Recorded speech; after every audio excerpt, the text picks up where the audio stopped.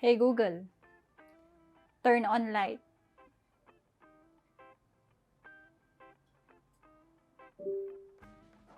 Hey Google, turn on turtle. Hey Google, turn on aircon.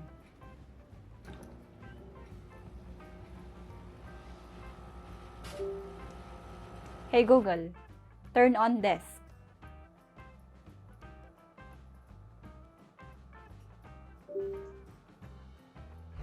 Ang cool, 'di ba? Tara, gawin nating smart ang bahay mo.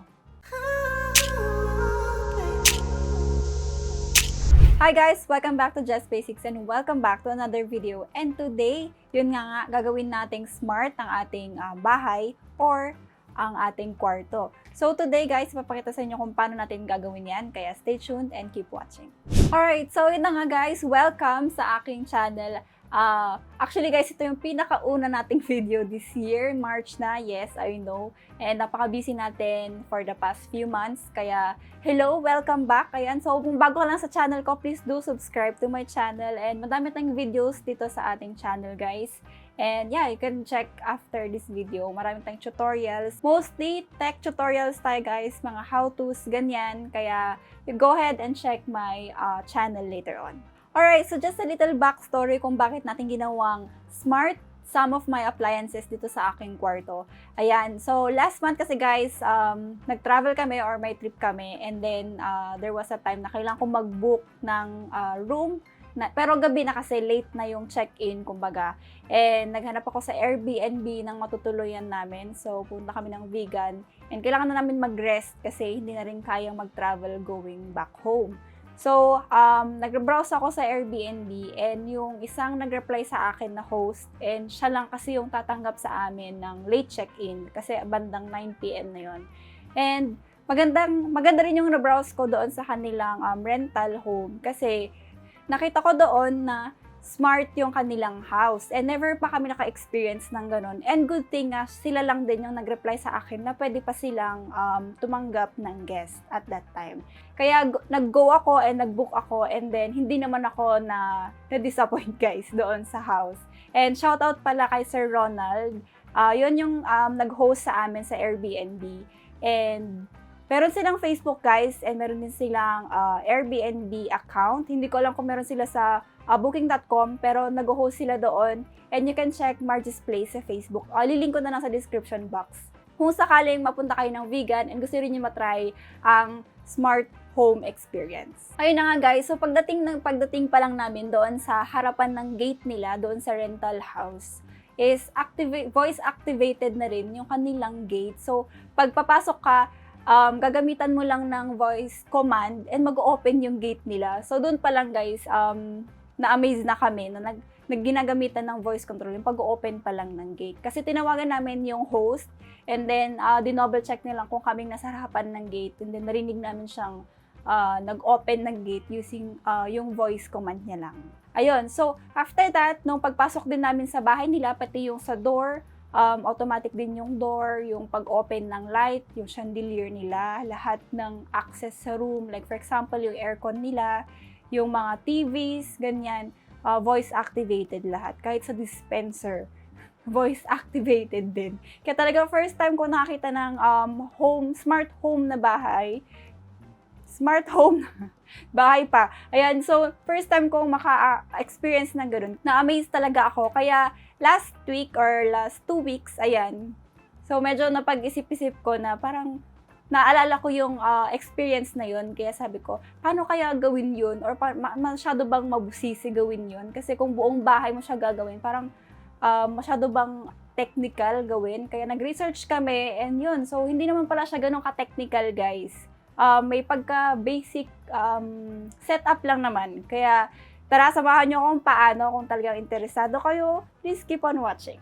By the way guys, medyo mahaba. Well, mahaba tong video na to, kaya tsagayin nyo ako kasama dito sa video na to guys. Kung talagang gusto nyo malaman kung paano gawin or i-set up ang Google Home or Smart Home. Ayan. So, meron tayong timestamp dyan sa description box or below. tignan nyo na lang kung saan kayo magsa-start. Kung may mga questions lang kayo or may certain part kayong hinahanap, go ahead and check the titles dyan sa ating timestamp. Alright, so let's start. First, of course, syempre, mga kailangan natin, may mga core devices na kailangan natin sa pagsiset up ng ating smart home. Syempre, unang-una guys is dapat meron kang Android phone or Android device. Then dito, install mo muna yung Google Home app. So, bale, ito yung pinaka-control panel mo. So, pag na-install mo na yan, pwede ka nang magdagdag ng mga smart switch, smart lights, smart plugs, and so on. Kasi pwede mo naman kausapin si Google using your phone. And ang tawag natin doon is yung Google Assistant, di ba? Pero syempre, kailangan natin ng mas level up doon, which is yung Google Nest. Yung bilog lang siya, guys.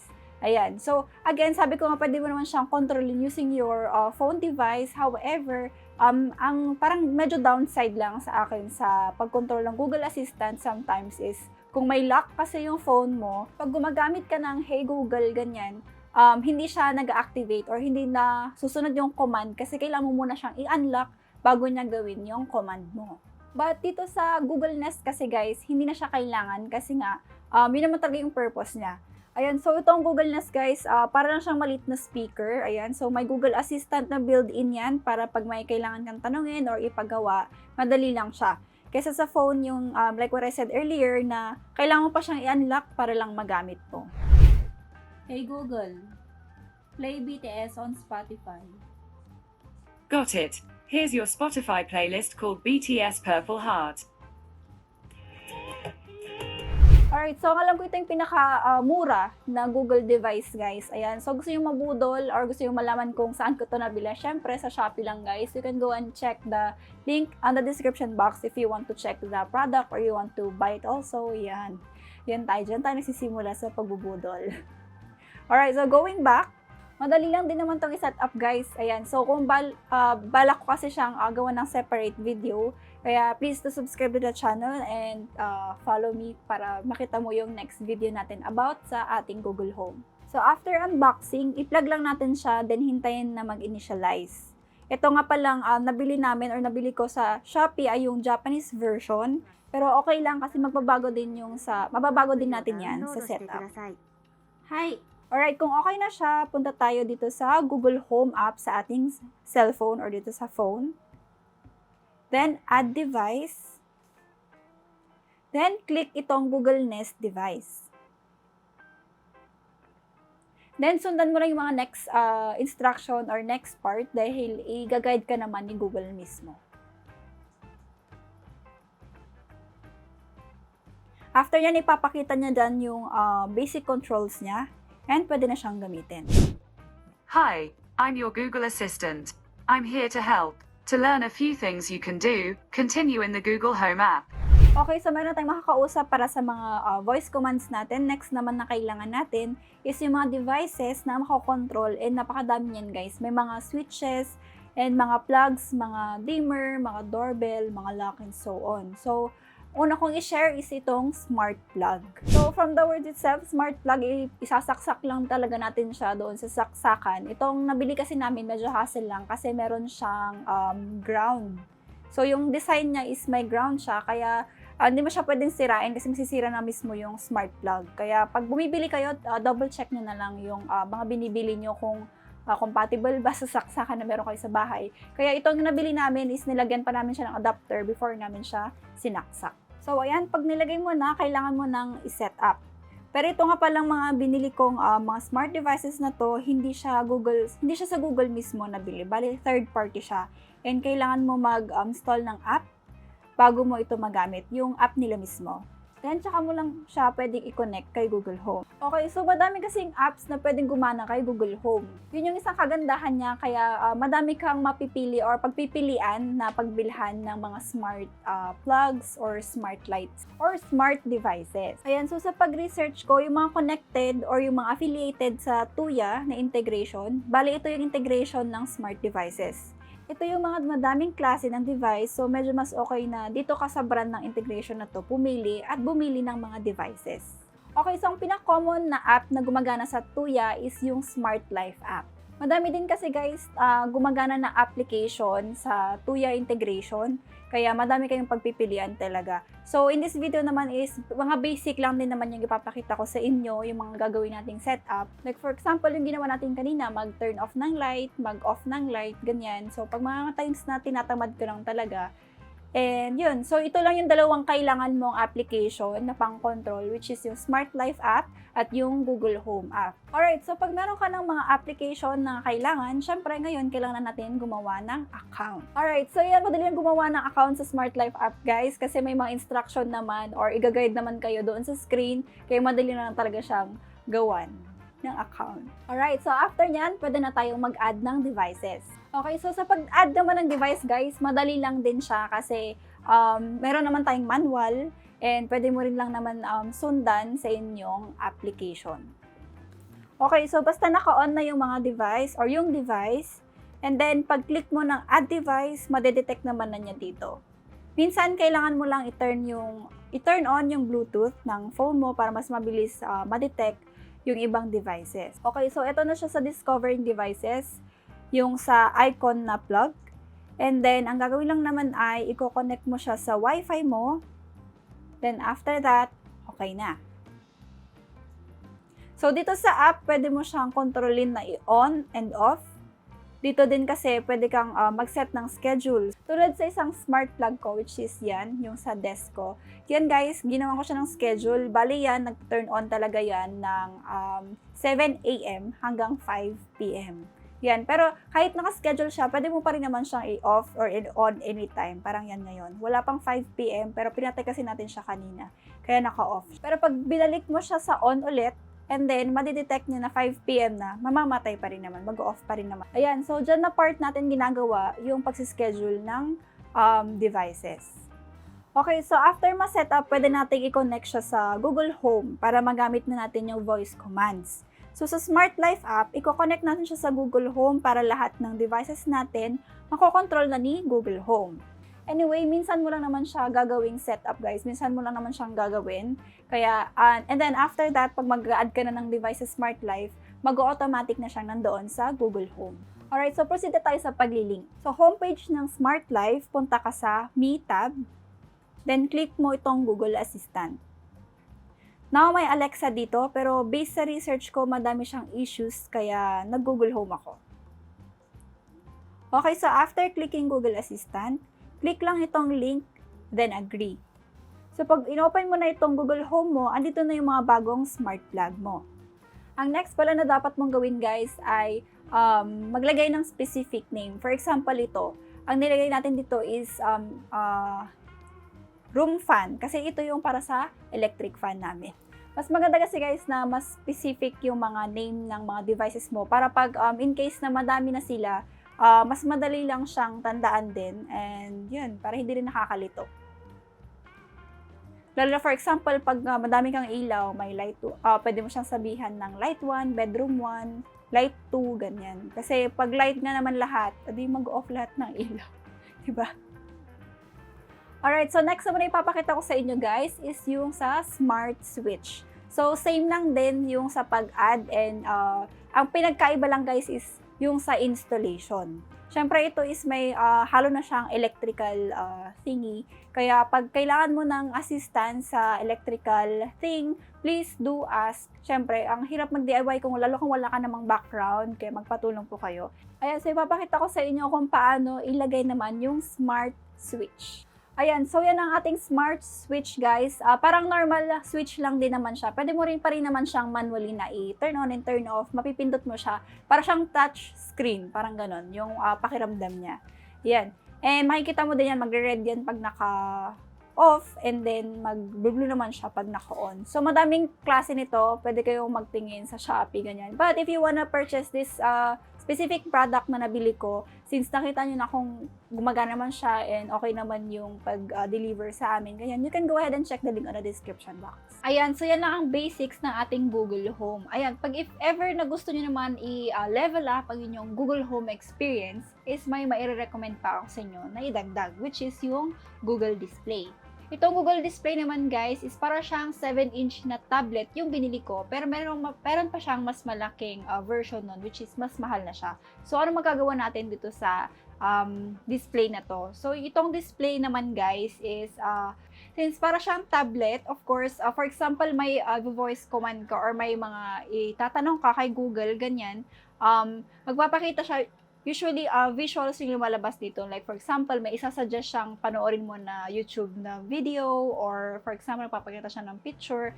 Ayan. So, yun yung mga nagagawa dito sa Google Display. And for example, pwede mo rin naman siyang, for example, gusto mo mag-command na mag-play siya ng music doon sa Spotify mismo, pwede rin siya. So, pwede natin i-connect doon yung ating Spotify account and yung ating YouTube account. Sa YouTube naman guys, yes, kung may mga kids kayo, pwede rin silang manood sa ating Google Display. Sa ating Google Display naman, for YouTube, hindi nyo po makukuha yung full features ng YouTube.